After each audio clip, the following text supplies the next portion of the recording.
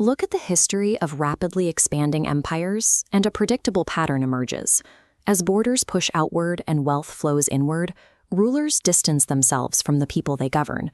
Riches are hoarded in palaces, and absolute authority consistently breeds corruption. Yet the second Caliph of Islam, Umar ibn Al-Khattab, broke this pattern completely. He managed a massive, rapidly expanding Islamic state, but he did so wearing patched clothing, actively rejecting any form of luxury. By day, he was the chief executive of a wealthy, sprawling administration. But at night, he walked the dusty streets of his capital entirely alone, unannounced, listening in the dark to make sure ordinary citizens had enough to eat. Managing one of the fastest-growing empires in the world offers endless opportunities for self-enrichment. We have to ask how a single leader wielded that level of absolute authority without ever succumbing to its temptations. Studying his approach to governance forces us to evaluate what successful political leadership actually looks like, stripping away the titles and focusing entirely on accountability. This strict dedication to humble service is even more surprising when you look at his origins. Before accepting Islam, Umar was known throughout Mecca for his imposing physical strength. He was a celebrated wrestler, a fierce warrior, and a deeply entrenched defender of the old tribal traditions. When the Prophet Muhammad, peace be upon him, began sharing the message of Islam, Umar saw it as a direct threat to his way of life. He responded with intense, open hostility, standing firmly and aggressively against the small group of early believers. The man who would eventually become a global symbol of restrained, just leadership started out actively trying to destroy the very faith he would later lead. He was the least likely candidate for a legacy of compassion. Psychologically and historically, his starting point makes his eventual role as a protector of the vulnerable highly improbable. Umar eventually reached a point where his patience for the new movement evaporated. He took up his sword and set out with a clear, singular intention: to confront and harm the Prophet directly. On his way, a passerby stopped him with news that completely derailed his plan. He learned that his own sister, Fatima, and her husband had secretly converted to Islam. Enraged by this division within his own family, Umar changed his route and stormed toward her home. Hearing the recitation of the Qur'an from outside, he burst through the door and struck his sister in his anger. But as blood appeared on her face, he froze. She didn't retreat. Her calm, unwavering resolve in the face of his violence shocked him into silence. Disarmed by her reaction, he asked to see the parchment she was reading. As Umar read the verses of Surah Taha, the intense anger that defined him began to dissolve.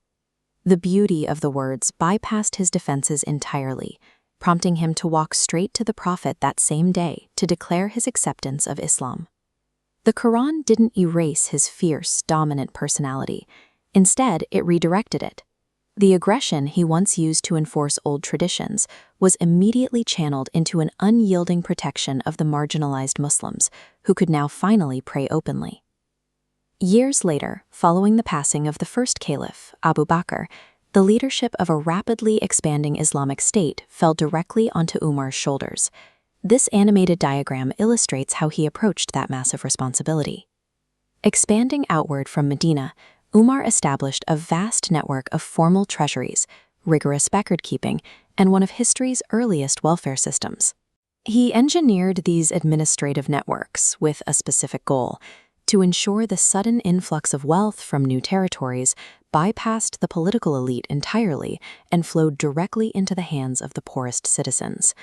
He took the concept of justice, which is often treated as a personal ideal for a ruler, and built it into a highly structured, measurable state infrastructure. We see exactly how personal this infrastructure was during one of his solitary night patrols.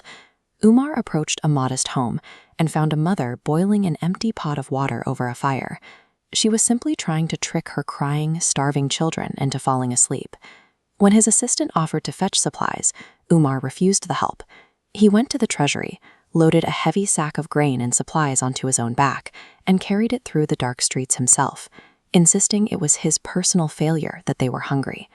He applied that exact same micro-level anxiety to the macro scale of his empire. He famously stated that if a single mule were to stumble on a broken road all the way in Iraq, he feared God would hold him personally accountable for failing to pave that road. To Umar, the highest office functioned as an immense personal weight, a terrifying responsibility he felt he carried directly on his own shoulders. That deep sense of duty remained with him until the very end. While leading the dawn prayer, Umar was fatally struck down by an attacker holding a personal grievance. Even as he lay wounded, his final instructions were completely devoid of self-interest. He ignored his own condition to ensure his personal debts were calculated and paid off.